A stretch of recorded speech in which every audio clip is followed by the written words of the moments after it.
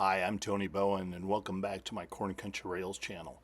Well, this video is going to cover day 2 of the N-Scale convention. It was a trip to the National Railroad Museum in Green Bay, Wisconsin. On this day you could sign up and pay to ride the bus from the convention hotel to the museum. The four of us decided we were going to drive our own vehicle, be able to kind of tour the museum at our own pace, and then had plans to hit Engine House Hobbies in Green Bay after we were done at the museum. There are many neat pieces of rolling stock at this museum. The Dwight Eisenhower train, they have a big boy, a GG1, and then they have many things in their car barns that you can look through at your own pace.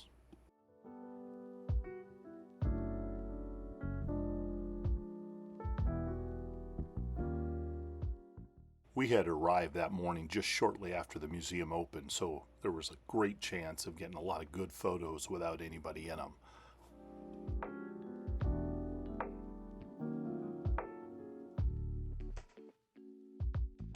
Of course, a highlight this summer has been the big boy 4014 making its tour around the United States, but it was neat to see a sister engine 4017 where you could just examine it up close and that.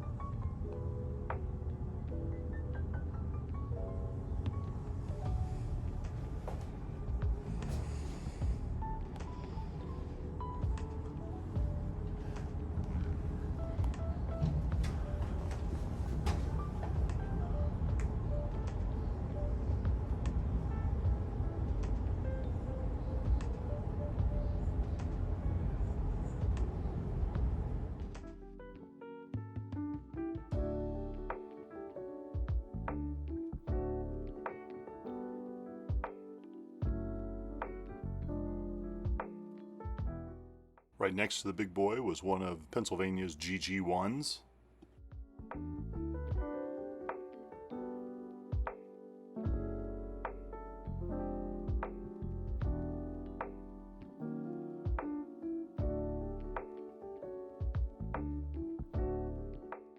Some of these next cars are in their new exhibit wing that just opened. Last time I was at the museum in 2017, this was their big plan to build this extension onto the museum, and they've done a really neat job of getting some of these pieces of equipment inside and out of the elements.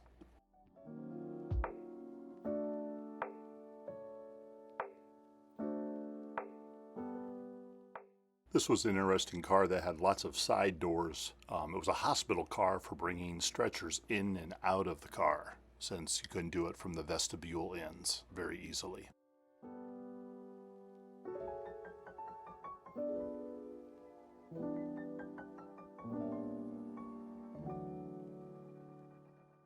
The Burlington dynamometer car was really interesting. I wish this was an exhibit that would have been open to see everything inside it.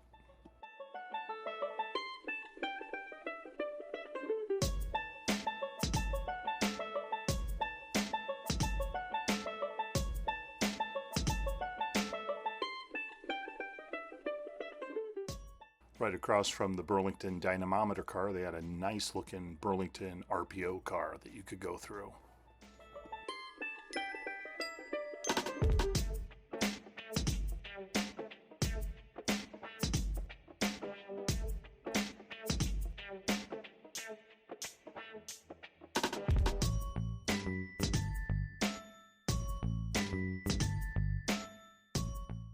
The day we were at the museum, an intern had told us that some grant writing was being done for this car to be the next to be refurbished and restored.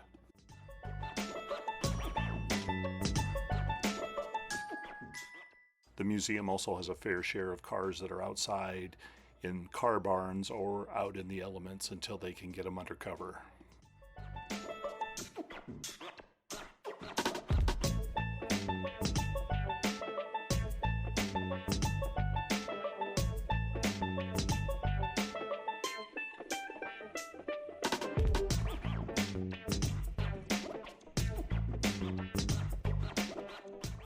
Green Bay had seen some major rainfall the day before we were there, and so it was very evident around the museum that there were several large puddles from where water still had not quite seeped into the ground yet.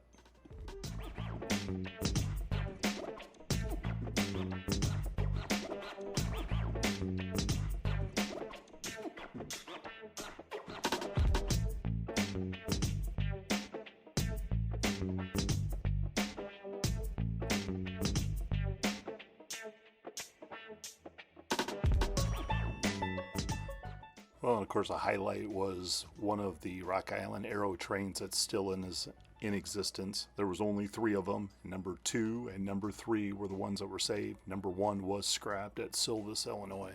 And it's one of those ugly duckling locomotives that there's something interesting about its concept that either you love it or you hate it. While Bob and I were walking around the museum, one of the volunteers said, "Hey, would you like to see the inside of the cab of this Canadian National E8? Sure. That's always the answer. Yes.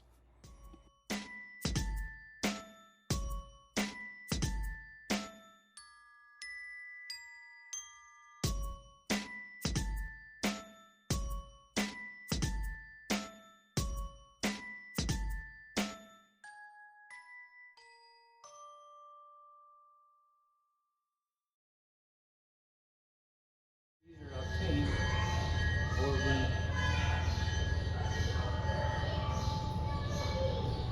was the last steam power locomotive there at Santa Fe or good use.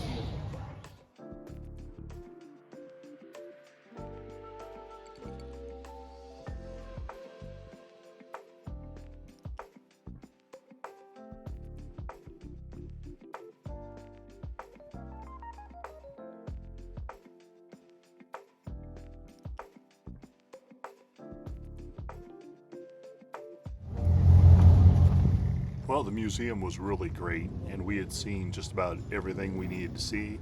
So we were going to have a little bit of lunch, and then we were going to make our way to Engine House Hobbies in Green Bay.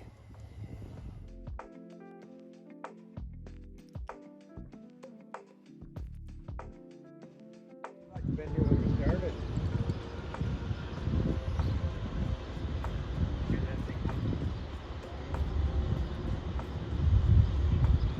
Engine House Hobbies is a great hobby shop. Staff was extremely friendly, and I think each of us found a little something to take home from our visit. That evening, it was the auction at the convention hotel. All of us tried to bid on a few things, but obviously they went much higher than we anticipated. Well, I hope you enjoyed this day 2 of the N-Scale Convention trip to the National Railroad Museum in Green Bay. As always, thank you for watching, and happy railroading to you.